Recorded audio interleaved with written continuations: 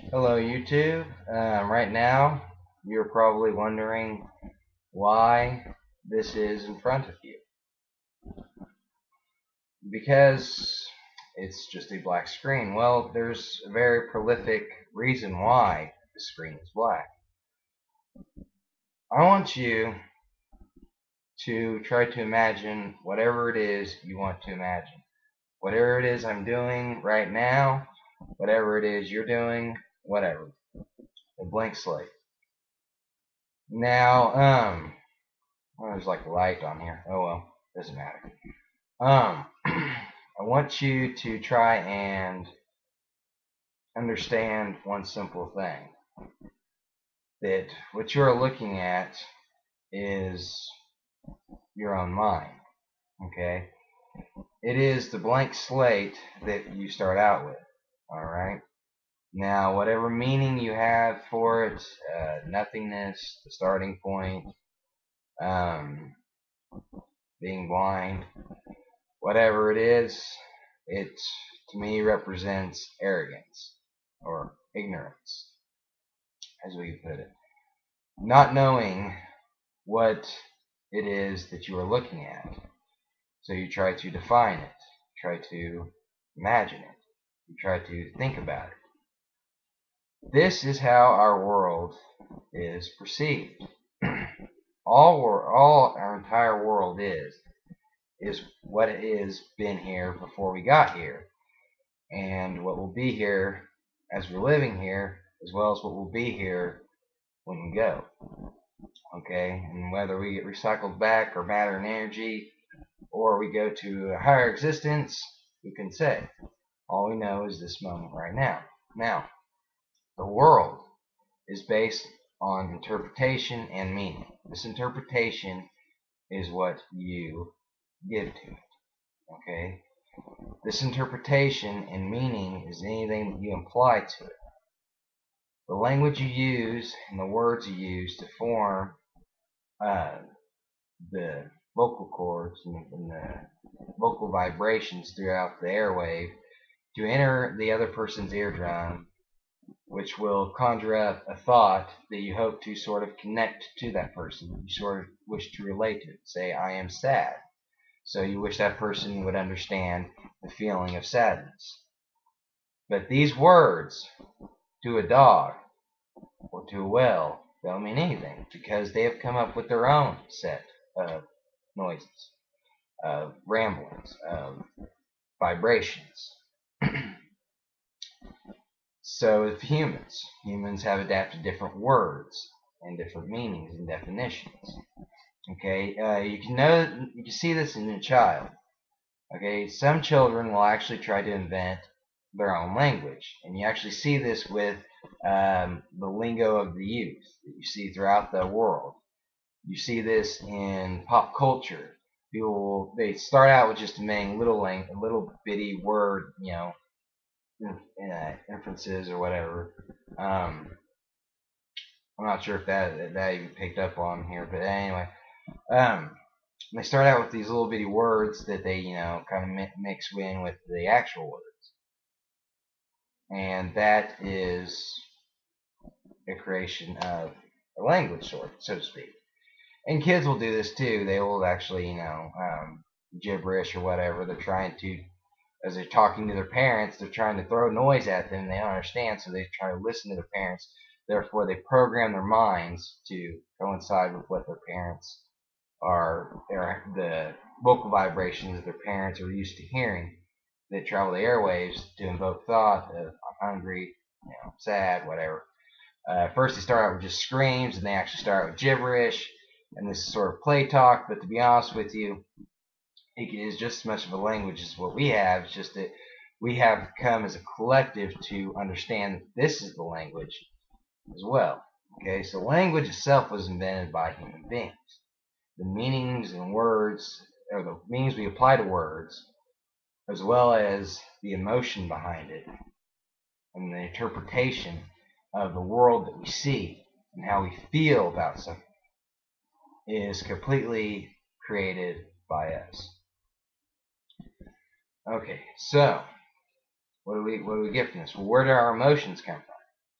Well, this evolved from probably a sense of self. Something that we evolved a long time ago, probably around the fish, when we were fish, or when we evolved in the ocean, a long time ago, way, way, way back in the day. And this is a scientific approach. I will also imply the mystic approach as well. Now, at some point, instinctively, the fish sort of developed a sense of self, or the bacterium developed a sense of self-importance. Okay, and that self-importance, he wanted to survive, it needed to survive, so it came up with very different ways of survival, which developed into various different life forms we have today. Well, somewhere along the line, a fish or whatever decides it does not want to wait around and eat, the seaweed or whatever, or the bacterium. It doesn't want to eat any more of that. It actually wants to eat its own fish because it's a lot easier. But the other fish, gather the energy from the minuscule matter that is on the ocean floor.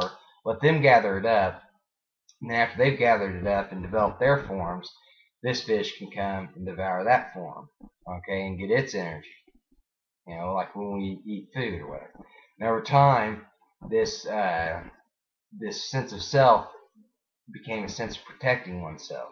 Therefore, fear evolved, and then hate evolved from being wrongfully. This is later on. This is just theory. I could try to hopefully apply or find some articles about this, but now as fear developed, you get hate, which is feeling like you've been wrong, and you get jealousy and all this other stuff because it comes from the sense of self and the fact that you want to experience life. You want all the experiences that you want to just absorb them all. And when you can't experience one thing, but somebody else gets to experience it, in your individual self, you become jealous because you wanted to experience that. You're, you know, and in a way, it's like we're all the universe, and we all want to experience different experiences, but at the same time, we want to experience the same experience, the same emotions, because each one of us feels it slightly differently. So therefore, the same experience is slightly different. Okay, I want you to imagine that there is a wall. Okay, and on this wall there is a person on each side of the wall, and there's another third person that's able, like a triangle around the wall. This third person is able to see the other two people, but the wall is skewing the vision of the other two people to see the third person. But one of the person actually sees the other two people. Okay, now this develops a very different experience. They're all viewing the same wall, just one has the vantage point of seeing the wall in a straight line, and then seeing the two people, or the one person on one side of the wall and another person on the other side of the wall. Whereas the other person can only see that person standing over there and the wall itself. Now imagine there's different writings on one side of the wall and the other side of the wall. Okay, that means one person is going to see the writing on one side of the wall, while the other person sees a different writing on the other side of the wall. But the third person, you can see both the people, can't see the writing at all.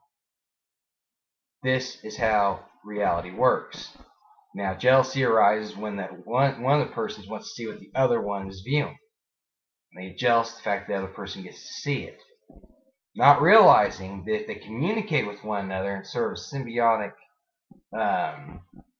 messaging, sort of like communication, that they actually can infer to each other what each other is seeing and how they are interpreting.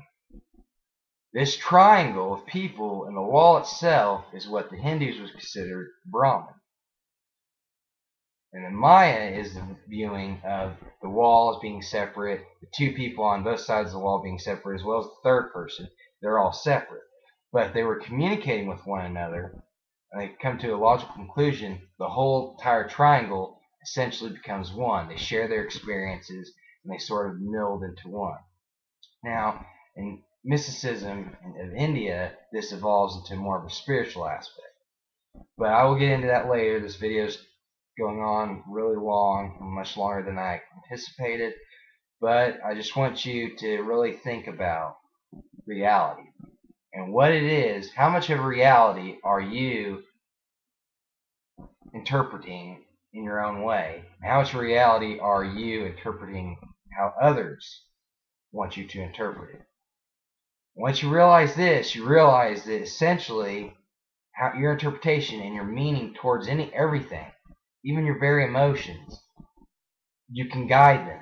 You can actually change how you view reality. Will it be a better change or a worse change? That is up to you. Have a good one.